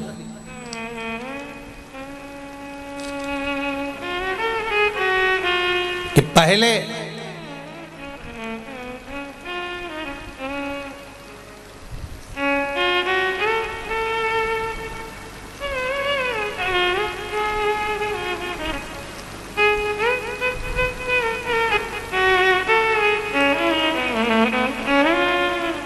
मैं मुरादाबाद में, मेरे घर के पास झारखंड में शिवजी का मंदिर था। 68 वर्षीय है, सेवानिवृत्त शिक्षक, यूपीएस सरकारी स्कूल। शिव कृपा से मेरे 3 लड़के हैं, 3 बेटे, सब गवर्नमेंट जॉब में अच्छी अच्छी पोस्ट पर हैं। मैं पूर्ण तरह से फ्री हूँ गुरुदेव। मैं भी सर्विस में थी, बाबा की कृपा से मैं सेवानिवृत्त हो गई हूँ गुरुदेव। पूर्व के समय में स्त्रियों को शंकर भगवान के शिवलिंग छूने नहीं देते थे। तब मैं घर में शिवलिंग का निर्माण कर कर पूजन करती थी। और उसका फल क्या है कि मेरे बेटे, मेरे परिवार के सदस्य कभी दुखी नहीं रहा, सब सरकारी नौकरी में रहे, किसी को कष्ट नहीं आया। पत्र बहुत बड़ा है, बहुत बड़ा पत्र है। उसको अब एक एक उपाय उन्होंने बताया कि कौन सी तारीख को क्या क्या मिला मुझे, कौन से दिन, कौन सी घटना, घटनाक्रम भी लिखा है। 2 नंबर की घटना, 3 नंबर की घटना, 3 नंबर, 4 नंबर की घटना, 1 नंबर, 2 नंबर, 3, 4, 5 ऐसी घटनाओं का क्रम लिखा कि मेरे जीवन में शंकर ने क्या नहीं दिया। शिव महापुराण की कथा को सुनने पर क्या नहीं मिला मुझे, क्या प्राप्त नहीं हुआ। महाराज दिल से कहा, हम कहते हैं कि लोग भले नहीं जानते, पर आज अगर लोगों को जानना प्रारंभ हुआ कि शंकर भगवान को 1 लोटा जल चढ़ाने का क्या लाभ है, एक बेलपत्री या एक चावल का दाना या एक फूल की पंखड़ी भी चढ़ाने का क्या लाभ है। एक बेलपत्र, अगर शुगर बढ़ रही है, बीपी डाउन हो रहा है, गड़बड़ हो रहा है, बीपी लो हो रहा है, बढ़ रहा है, शुगर गड़बड़ हो रही है, मेरा निवेदन है, एक बार शंकर पे चढ़ी हुई बेलपत्र खाना तो चालू करो, केवल हफ्ते में 2 बार। और अगर खाते नहीं बने, मुंह में किसी किसी के छाले पड़ जाते हैं, तोरा लगने लगता है, जीवान तौरी लगती है, स्वाद नहीं आता, तो उस बेलपत्र को पीस कर गोली बनाकर पानी से निकल जाए, उसका लाभ तो देखो।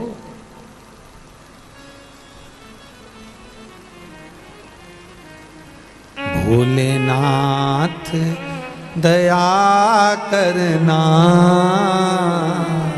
मैं तेरे भरोसे हूँ, मेरे बाबा दया करना,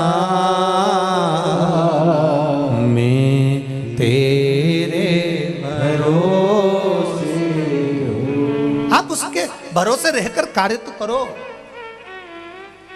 वो बेटा बेटी ने सीए का एग्जाम दिया, हर एग्जाम में शंकर भगवान को बेलपत्र लगाई, शहद लगाकर।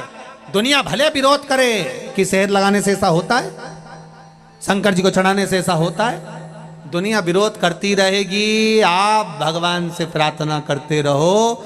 शिव महापुराण का एक उपाय भी आप कर रहे हो और दिल से कर रहे हो, तो जैसे मेरे ये बेटा बेटी सीए में पास होते हैं फाइनल में, और वो बेटा अगर चलकर आ सकता है, तो मेरा विश्वास है कि शंकर आपकी भी मुराद पूर्ण कर सकता है। दिल से करें, हृदय से।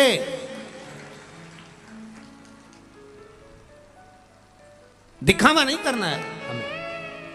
पत्र बहुत है, पढ़ेंगे समय के अनुसार, पर अपने मन से आप भगवान की प्रार्थना करिए, हृदय चित्त से, दिल से करिए।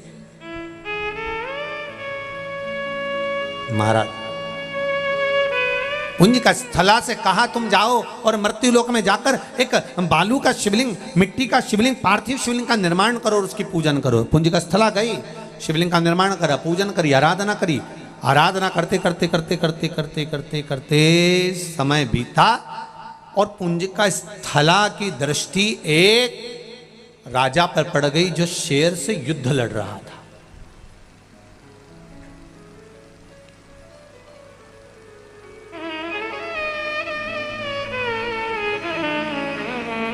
शेर से युद्ध लड़ रहा है। 3 बार शेर ने आक्रमण करा और उस राजा ने उस शेर को मार गिराया। पुंज का स्थला की दृष्टि उस राजा पर पड़ी, बड़ा सुंदर था, बड़ा अच्छा लग रहा था, बस श्राप था, प्रेम से देखेगी और मुख बंदर का हो जाएगा। पुंज का स्थला का शरीर तो अच्छा रहा, पर चेहरा बंदर का हो गया। रो पड़ी अपने चेहरे को देखकर, मैं बांदरी बन गई, मेरे बंदर बन गई। रो रही है, बिलख रही है, आंख से आंसू बह रहा है। थोड़ी देर बाद जिस राजा ने शेर को मारा था, वो दौड़ता दौड़ता इसकी आवाज सुनकर, चीखने की आवाज सुनकर इसके पास में आया। तो पुंज का स्थला ने क्या देखा कि इस राजा का चेहरा तो बंदर की तरह है। पूछा, तुम कौन हो? मेरा नाम केसरी है, मैं यहां का सुमेरु का राजा हूं। हो वाह,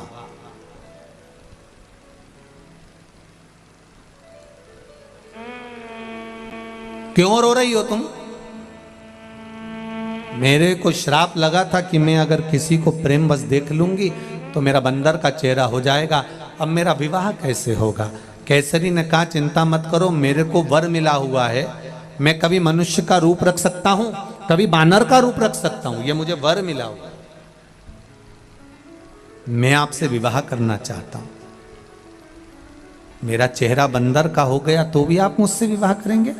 कोई बात नहीं, आप बांदर का चेहरा रखने के बाद भी आप सुंदर हो, मैं आपसे विवाह करना चाहता हूं। केसरी और महाराजा केसरी के साथ में पुंज का स्थला जो सुंदर कन्या के रूप में थी, बांदरी का जिसका मुख हो गया था, उसका मंगल विवाह हो रहा है। कन्यादान कौन करेगा मेरे लिए? मुझे कन्यादान कौन करेगा? मातंग बाबा के पास में सूचना गई तो मातंग ऋषि ने गौतम बाबा से कहा। गौतम बाबा ने अपनी धर्मपत्नी अहिल्या के साथ बैठकर माता अंजना का कन्यादान किया है महाराज। नाम बदल दिया। गौतम बाबा ने कहा इसका नाम पुंजगा स्थला नहीं, मेरी बेटी अंजना कहलाई। कन्यादान किया, विवाह हो गया। कई वर्ष निकल गए, कई साल निकल गए, पर अंजना माता के गर्भ से संतान नहीं, कोई औलाद, कोई संतान।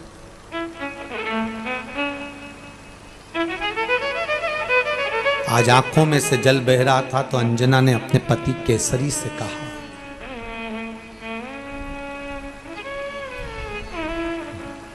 माता अंजना ने अपने पति केसरी बाबा से कहा, स्वामी कई साल निकल गए, जैसे वो मां अपने बेटे को लेकर आई कि 12 वर्ष के बाद मुझे संतान हुई है, ये शिव कृपा।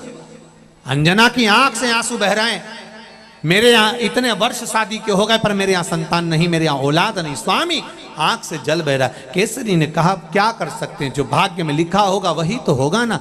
अंजना कहती है मेरा विवाह जिस गुरु मातंग बाबा ने कराया, मेरा कन्यादान जिस गौतम ऋषि ने कराया, मैं उनके पास जाना चाहती हूँ, आप मेरे को लेकर चलेंगे क्या? चलो। बहुत ध्यान दीजिए, दुख की घड़ी में समस्या विकट हो कहीं मत जाओ।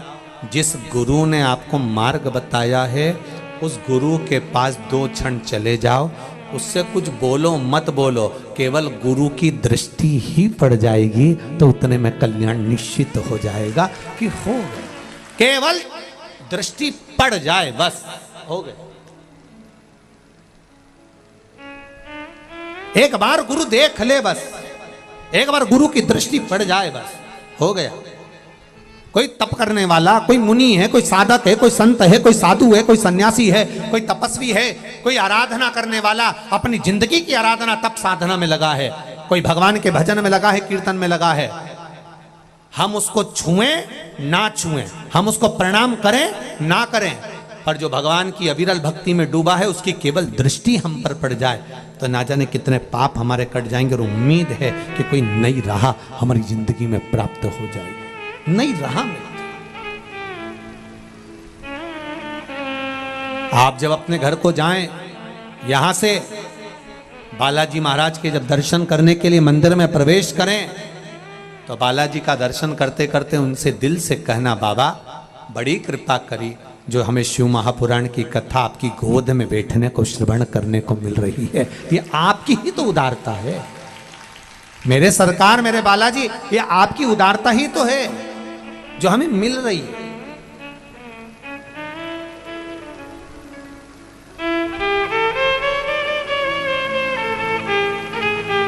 कितने जीव सालासर बालाजी धाम में, कोई चिड़िया, कोई पक्षी, कोई पशु, कोई जीव, कोई जंतु अगर भ्रमण भी कर रहा है और कोई की गति नहीं भी सुधरी है तो मैं तो कहता हूँ बालाजी सरकार ने ये शिव महापुराण की कथा अपने उन जीवों के कल्याण के लिए करवा दी कि इनकी मुक्ति होना जरूरी है, इनका कल्याण होना जरूरी है। भटक रहे हैं ना जाने कहां कहां, कोई चींटी के रूप में, कोई झिंगुर के रूप में, कोई पक्षी के रूप में, कोई पशु के रूप में, ना जाने किस किस रूप में, कोई चिड़िया के रूप में, कोई जानवर के रूप में, कोई जीव के रूप में, इनकी गति होना। और वो गति कोई दूसरा नहीं, भागवत अन्य पुराण शास्त्र सब 7 पीढ़ी को तारने के लिए है, पर शिव महापुराण तो 71 पीढ़ी को तारती है साहब, 71 पीढ़ी को पार लगा दी, सहजता नहीं। गई माता मीनों में चल। मातंग बाबा ने अंजना को देखा तो आज पति के साथ आई है। पूछ लिया बाबा ने, क्या बात है, क्या हुआ? अंजना जी कहती हैं मैं अगर बोलूंगी तो अच्छी बात नहीं, बस झोली मेरी तंग है, तेरे यहाँ कमी नहीं, तेरी कृपा से हूँ यहाँ। बाबा मेरी झोली खाली है, आप कृपा कर दीजिए, आप कृपा कृपा कर दो। बस आप कृपा करोगे तो जरूर कुछ मिलेगा, जरूर मिलेगा। माता अंजना जाकर मातंग बाबा के पास बैठी हैं, क्या बात करती हैं कल की कथा में श्रवण करेंगे।